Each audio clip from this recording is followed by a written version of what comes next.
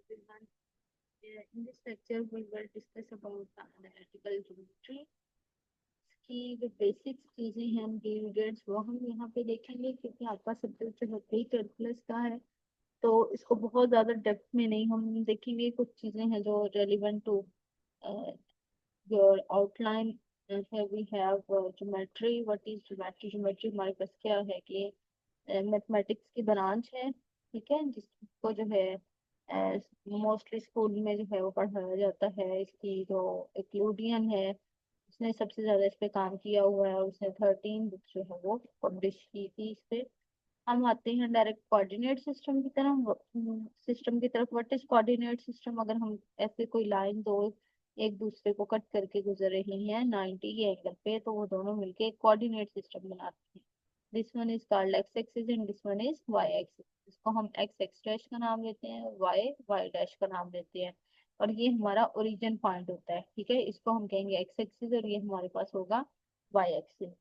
तो हम एक्सिस पे कोई भी पॉइंट जो है वो लोकेट कर सकते हैं। पॉइंट लोकेट करने के लिए हमें क्या है, ये अगर फॉर एग्जांपल हमारे पास कोई पॉइंट है तो यहाँ से हम परपेंडिकुलर ड्रा करेंगे एक्स पे और वाई पे जो है लाइन ड्रा करेंगे और चेक करेंगे कि उसकी वैल्यू पॉइंट की क्या है। अच्छा, क्वाड्रेंट की बात करते हैं कि हमारे पास जो है ये फर्स्ट क्वाड्रेंट होता है, ये सेकेंड थर्ड एंड फोर्थ। क्योंकि हमें पता है कि जीरो से इस साइड पे सारी एक्स की वैल्यू पॉजिटिव होती हैं और जीरो यानी ओरिजिन से लेफ्ट साइड पे नेगेटिव होती हैं। तो इसी तरह अबव हमारे पास वाई एक्सिस की वैल्यू जीरो और डाउन जो है वो नेगेटिव होती हैं। तो ये भी पॉजिटिव और ये भी पॉजिटिव, तो इसका मतलब क्या है, एक्स के फर्स्ट क्वाड्रेंट में एक्स भी पॉजिटिव होता है, वाई भी पॉजिटिव होता है। इसी तरह सेकंड क्वाड्रेंट की अगर हम बात करें तो एक्स की वैल्यू यहाँ पे नेगेटिव होती है जबकि वाई की वैल्यू यहाँ पे पॉजिटिव होती है। और थर्ड में एक्स की भी नेगेटिव वाई की भी नेगेटिव ली जाती हैं।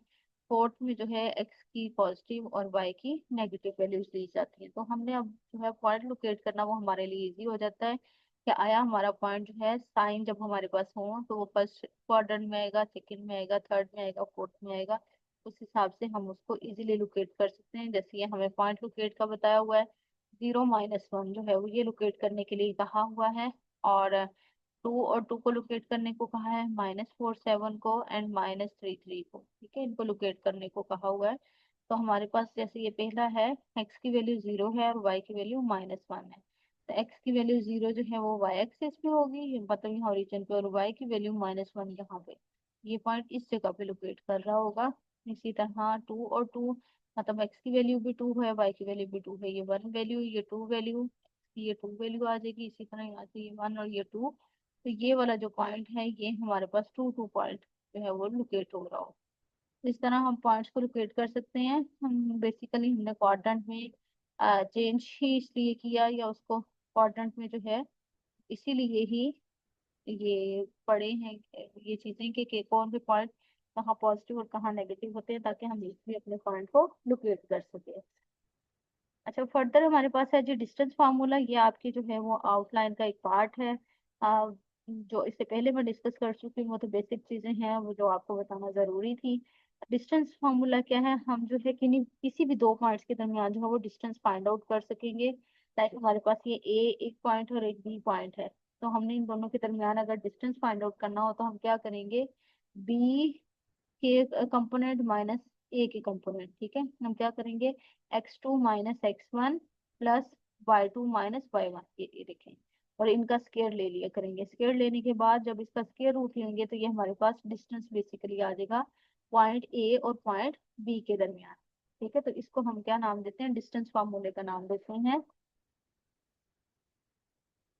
जैसे अब यहाँ पे हमें कहा गया है कि show that A B C are the vertices of a right angle triangle. अभी हमने क्या करना है, इसका डिस्टेंस फार्मूला लेके यहाँ से जो है वो वैल्यूज फाइंड आउट करनी है साइड्स की, और उनसे फिर हमने देखना है कि क्या जो है A square is equal to B square plus C square, ये राइट एंगल ट्राइंगल के लिए जो है वो हम आइडेंटिटी होल्ड करती है। तो ये अगर फुलफिल कर जाएगी तो हम कहेंगे कि जी ये हमारे जो पॉइंट्स हैं ये राइट एंगल ट्राइंगल के वर्टिसेस हैं।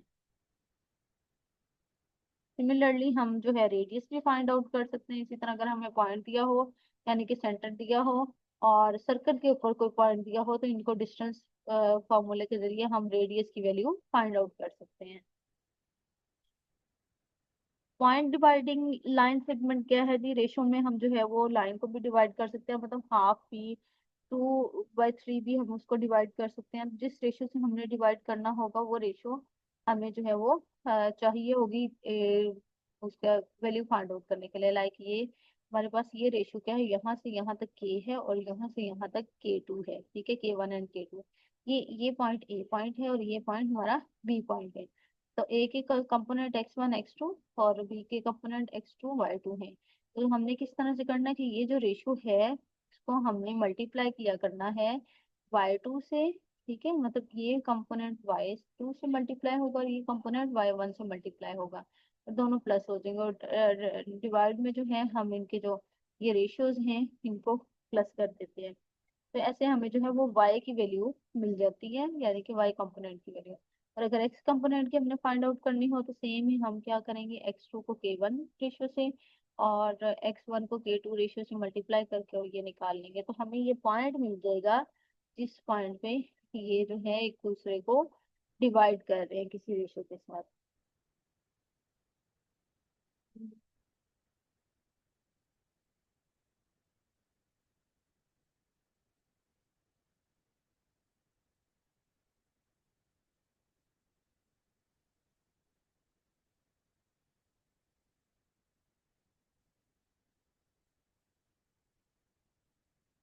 अच्छा, नेक्स्ट ये हमारे पास कुछ थ्योरम्स हैं, इनके आप स्टेटमेंट देख लीजिएगा, लेकिन ये आपका जो है कोर्स आउटलाइन का पार्ट नहीं है।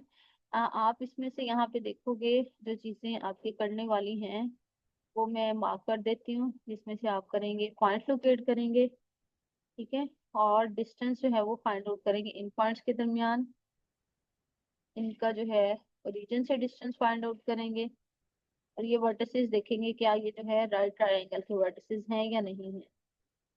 के अलावा बाकी जितना भी है वो कोलिनियर और वो थ्योरम से रेलिवेंट है, वो चीजें आपकी आउटलाइन के अकॉर्डिंग नहीं है। नेक्स्ट हम जो है वो चलते हैं अपनी बाकी की आउटलाइन की तरफ। मैं आपको एक दफा आउटलाइन भी दिखा देती हूँ ताकि आपको क्लियर हो जाए कि हम इसमें से क्या क्या चीजें जो है वो करेंगे और क्या चीजें इसमें से स्किप कर रहे हैं। स्ट्रेट लाइन का जो है वो कुछ क्वेश्चन आपके पास है, इंक्लिनेशन और स्लोप और टेंजेंट और ये सारा कुछ जो है वो है। लेकिन मैं इससे पहले आपको ना आउटलाइन एक दफा दिखा दूं कि जो चीजें हम यहाँ पे डिस्कस करने जा रहे हैं उनमें से कौन कौन सी हम डिस्कस करेंगे।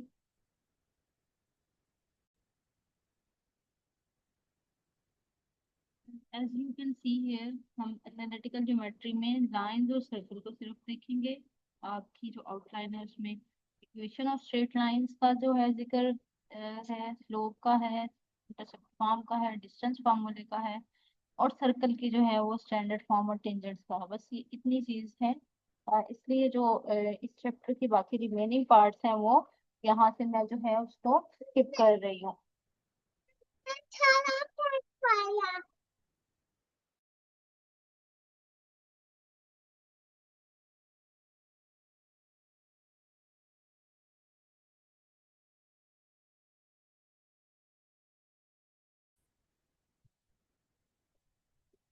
तो दैट्स व्हाई ये हमारे पास ट्रांसलेशन एंड रोटेशन इफेक्ट्स जो है इसको हम इसके यहाँ पे कर रहे हैं, क्योंकि ये आपकी आउटलाइन का पार्ट नहीं है। तो मैं आपको equation of line and slope और वो जो चीज़ें इंक्लूड है उनकी तरफ लेके चलती हूँ।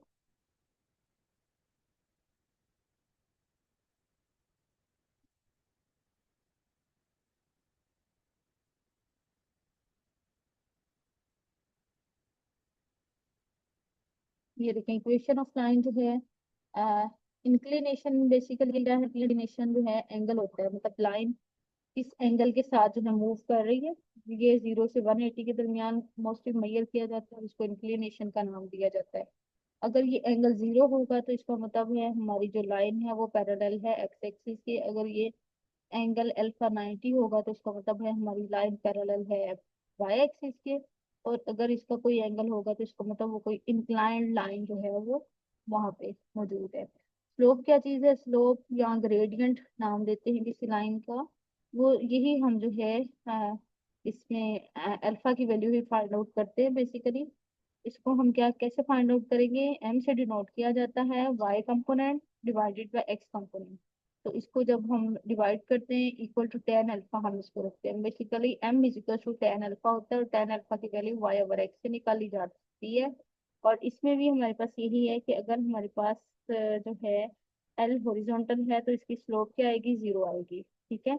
और एल वर्टिकल लाइन होगी देन इसकी स्लोप एम की वैल्यू जो है वो अनडिफाइंड वैल्यू आएगी। इससे हमें आइडिया हो जाता है कि हमारी जो है लाइन इंक्लाइंड है, एक्स एक्सिस के पैरेलल है या वाई एक्सिस के पैरेलल है। फर्दर ये पे हमारे पास थ्योरम्स हैं और ये सिंबल जो है पैरेलल के लिए यूज किया जाता है। This symbol is use for not parallel and this symbol is use for perpendicular line के लिए। ठीक है। और अब यहाँ हमने ये शो करना है, show that the point this are collinear. अगर कोलिनियर इनको शो करना है तो हमें क्या शो करना है, slope of A B is equal to slope of A C. ये चीज हम जो स्लोप फाइंड आउट करेंगे, दो पॉइंट्स की स्लोप किस तरह से हम निकालेंगे, ए और बी जो है वो हम पहले लेंगे like to bye minus y1। ठीक है। Divided by x2 that is 3 minus x1। तो ये हमारे पास में स्लोप आ जाएगी, y ओवर x आ गई जो कि स्लोप हो गई। इस तरह से हम स्लोप फाइंड आउट करेंगे।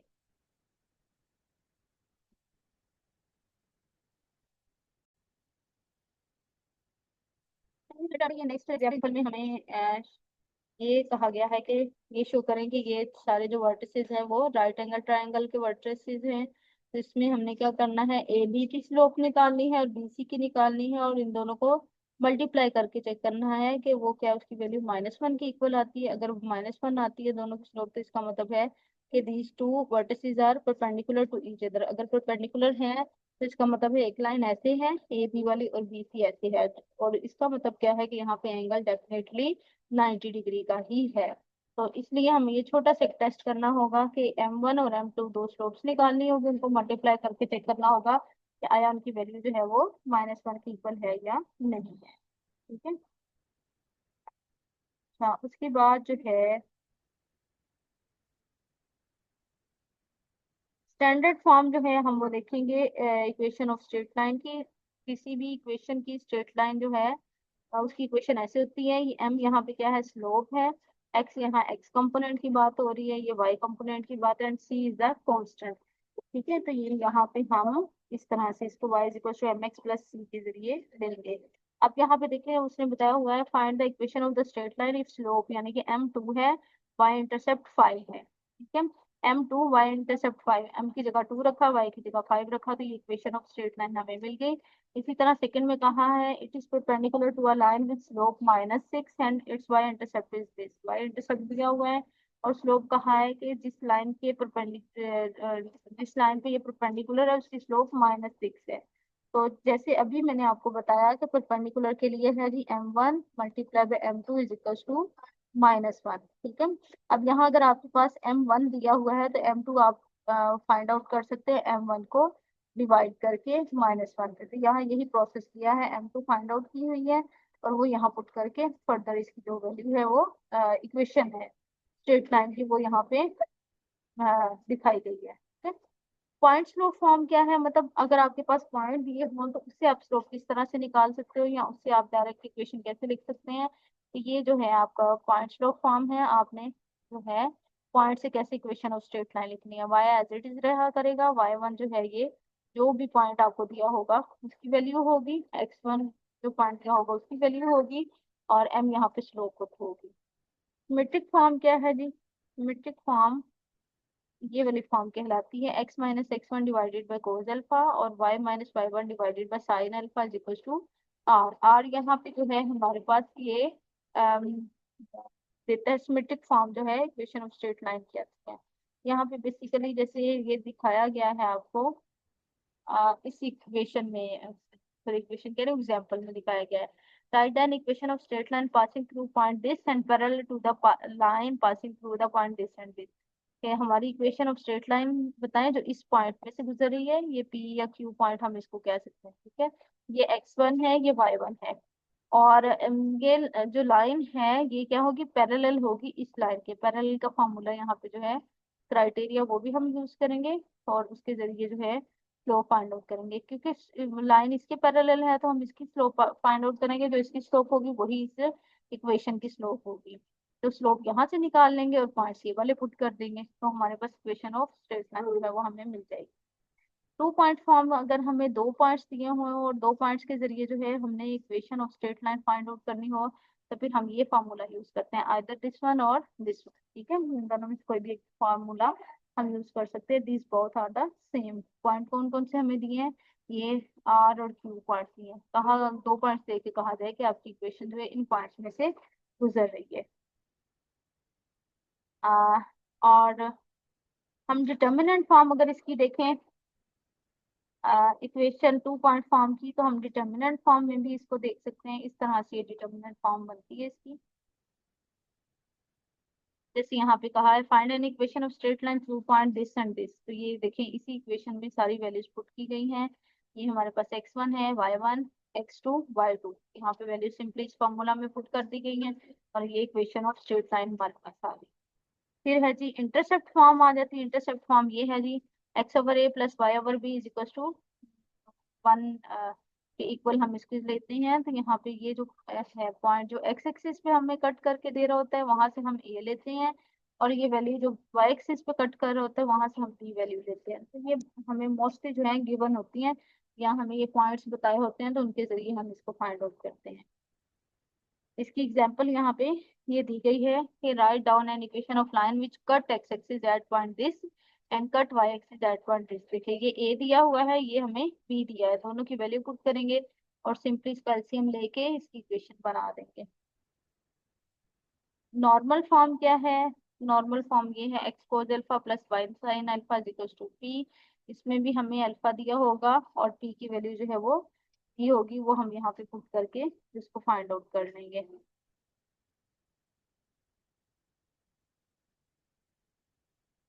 अच्छा, लीनियर इक्वेशन जो है वो टू वेरिएबल के साथ अगर हम कहें, दो वेरिएबल के साथ अगर हमने रिप्रेजेंट करना है, तो ये इक्वेशन लीनियर इक्वेशन है with two variables X and Y. अब यहाँ पे देखें, सारी की सारी जो है स्टैंडर्ड फॉर्म्स वो दी हुई हैं। This one is the slope intercept form, point slope form, और ये सिमेट्रिक फॉर्म दी हुई है इसकी।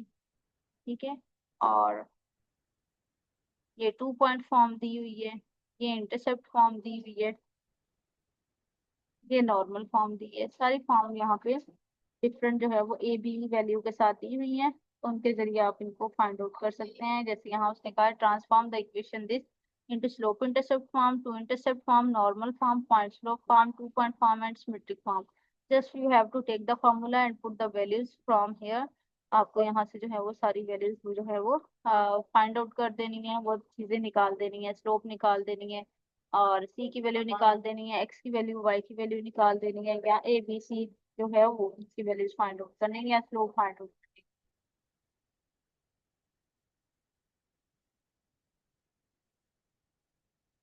इसी से रेलिवेंट जितने क्वेश्चन एक्सरसाइज में दिए हुए हैं वही आप इसको पिक करोगे और उन्हीं को बस सॉल्व करना आपका ये कोर्स का पार्ट होगा।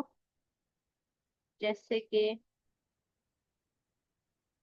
ये टू और थ्री स्ट्रेट लाइन भी आपके कोर्स में इंक्लूड नहीं है, इसलिए ये ग्रामर वाला पार्ट जो है, सॉरी कंकरेंसी वाला पार्ट जो है, ये भी हम यहाँ से स्किप कर रहे हैं। तो आपने जो है इसमें देखनी है एक्सरसाइज में से क्वेश्चंस जो रेलिवेंट होंगे वही आप इसमें चेक करोगे।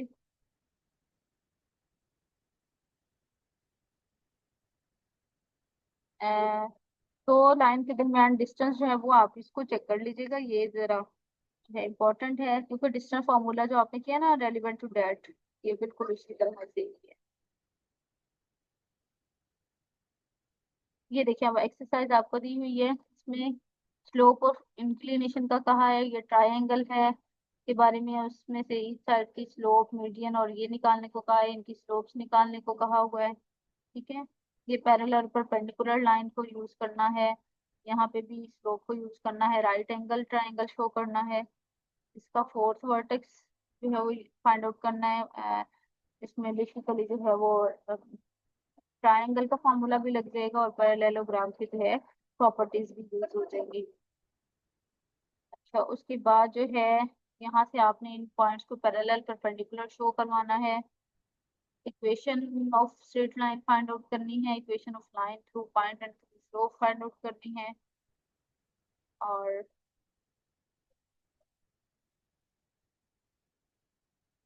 यहाँ से इक्वेशन ऑफ लाइन जो है वो निकालेंगे। जो है इस पॉइंट से गुजरेगी और पैरेलल इस स्लोप के होगी। और ये ट्रायंगल वाला भी करेंगे आप। अच्छा, ये वाला भी जो है equation of line through perpendicular line और स्लोप के जरिए फाइंड आउट करेंगे आप। फर्दर जो है कुछ प्रैक्टिकल टाइप के क्वेश्चंस हैं जो हम हमारी लाइफ में यूज करते हैं। अच्छा, यहाँ से ये जो लाइन है परपेंडिकुलर पैरेलल में, ये नहीं आपको करो, डिस्टेंस सिर्फ मैंने कहा था। हाँ, ये डिस्टेंस जो है ये वाला आप करोगे। फर्दर इसमें से कोई जो है वो क्वेश्चन आपसे रिलेटेड नहीं है तो वो आप बाकी इसमें से स्किप कर दें। तो ये क्वेश्चंस आप कीजिएगा, इनमें से जिस क्वेश्चन में आपको प्रॉब्लम फेस हुआ आप उसके बारे में मुझसे जो है वो डिस्कस कर लीजिएगा। ये आपका जो है इस 8th की जो आउटलाइन है वो कंप्लीट हो जाएगी इस लेक्चर के साथ।